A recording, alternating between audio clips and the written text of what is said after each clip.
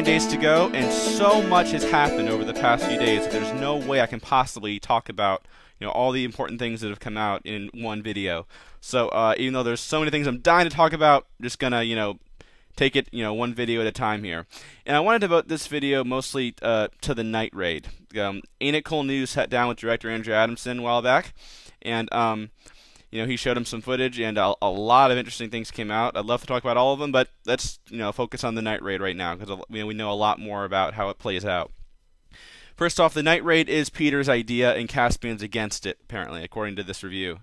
And this whole conflict between the characters we've been hearing about, and it's portrayed as a bad strategic decision that doesn't go well. And Caspian, apparently against Peter's orders, rescues Cornelius and goes to confront Miraz. The whole Miraz scene sounded, when I was reading it, sounded very cliche. I've described it before. It's just "you killed my father" moment. It as an adaptation, it's not that huge of a change. I mean, in the book, when Peter suggests the single combat, Caspian does indeed say, "Oh, can it be me? I want to avenge my father." And Peter says no. So it doesn't seem like that huge of a change. It just seems kind of dumb. The way I was reading it came across as, just like the way it came across to me before when I was talking about this, about how it just, "you killed my father." It seems like such a cliche thing to do in a movie. And so it's not so much about an adaptation decision, it just seems kind of dumb. Hopefully I'll feel differently when I see it.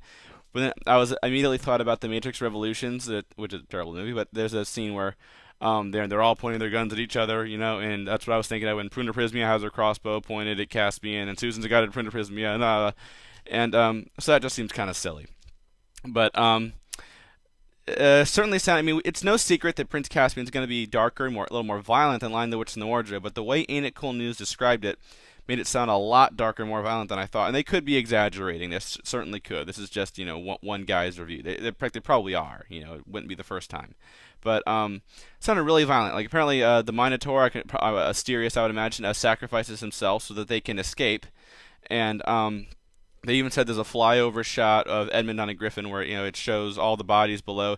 Pretty dark and violent stuff. I would still be utterly shocked if it got a PG-13 rating. There's just too much. They've said a few times they're going for PG, and there's just way too much money to be lost. A huge part of the success of the first movie was that it was a family film, and that it was, they pushed it, sure, but it was a PG film, So that was a huge part of its success. So I'd still be completely shocked if it got a PG-13 rating. Then, so the night raid, doesn't go well at all. Most of the Narnian army that attacks is slaughtered, and there's all this conflict. The night raid seems to be kind of the center of all this conflict and antagonism between the characters we've been hearing about, which is a change from the book for sure. Although you could argue that as far as the literal story goes, it's not that big of a change, because I've said before that the night raid itself doesn't strike me as a huge change. I mean, Lewis, before they blow the horn, Lewis just kind of, over a page or two, just kind of skims over all these battles, and he talks about how they weren't going well in the book. And the major change here is that the Pevensies are present. That's kind of it, which doesn't seem like that big of a change. I don't like the fact that it seems like the Pevensies, initially at least, are part of the problem. I always, it just seems important that, the present where Caspian is now was corrupted, and he has to call on the ancient past, and the Pevensies in the book are always part of the solution. And in this one, it's, Peter is described as being all cocky and arrogant, and is part of the problem. And then all this conflict of, between the characters, I've said this so many times, but it just seems to mess with the whole idea of the myth becoming fact and Caspian's awe and respect of the Pevensies.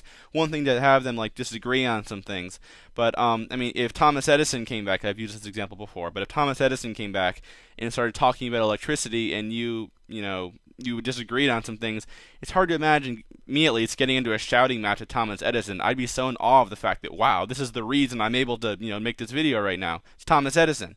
And so I can't imagine, Adamson described one of the scenes between Peter and Caspian as a very intense argument. And you could argue that the conflict is not that big of a literal change, in that it's true that there was, things weren't going well, and there were short tempers in the Narnian army. before they blew the horn, when these battles were going on before the single combat. But it just seems to mess with the whole idea of the myth becoming fact, and that these are characters from Caspian's bedtime stories come to life. How awesome is that? You know, and you'll look at it from Caspian's point of view, and it's like, whoa, you know, like it's incredible. And that seems that the Pevensies to Caspian were myth, and now they're fact. That's such an important theme. Probably, I think more so in Prince Caspian than any of the other books, perhaps, but really a running theme through the entire series, if you look at it, is the myth becoming fact. And so that's why, which Lewis wrote an essay on, that whole idea. And so I really don't like the fact that they're messing with that at all. Maybe it's not that big of a literal change, but it seems like a huge thematic change to me. And so that's why I don't like it. And there's a new, got some extra time here. There is a new video of Reepicheep, and the new clip on Disney Channel, and we do see Reepicheep, some more animation of him crawling on this wire thing and sneaking into the castle. And we do get to hear him talk. He says, "We are anxiously awaiting your return, my liege." And I assume he's talking to the Pevensies. And I definitely feel better about Eddie Izzard's voice here than in the last clip. I'm happy that I got the impression watching that clip and from Ain't It Cool News' review that he's not going to play it over the top, which was some people had voiced that concern. I think that he was a comedian, but Andrew Adamson is still the director of this film, and and Eddie Izzard works for him, and I think that it's a really cool voice. Not at all how I imagined Reep, and not how I imagined Reep would sound even. With Eddie Izzard, but I think it sounds just fine. I think Reepicheep is gonna be a cool character in the movie. I don't like that Reepicheep is crawling on all fours.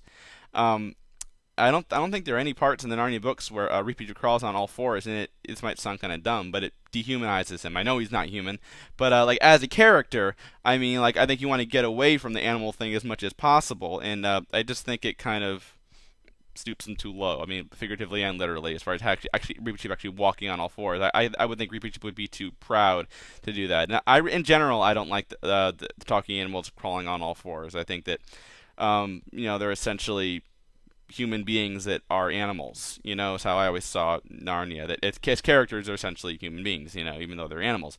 And so I don't like the idea of Reepicheep crawling on all fours.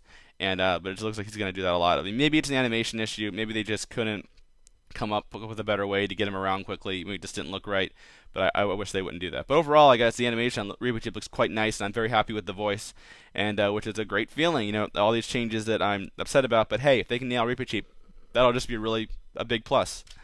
And but there's also there's a scene where Reepicheep jumps down into the night raid. This is another thing that sounds kind of violent, where he jumps down into the castle, jumps down on a Telmarine soldier, and cuts his throat, which sounds really cool, I think, for Reepicheep, but you gotta wonder, how are they gonna keep this, PG? I'm sure they will, but I'm just not sure how they're gonna do it.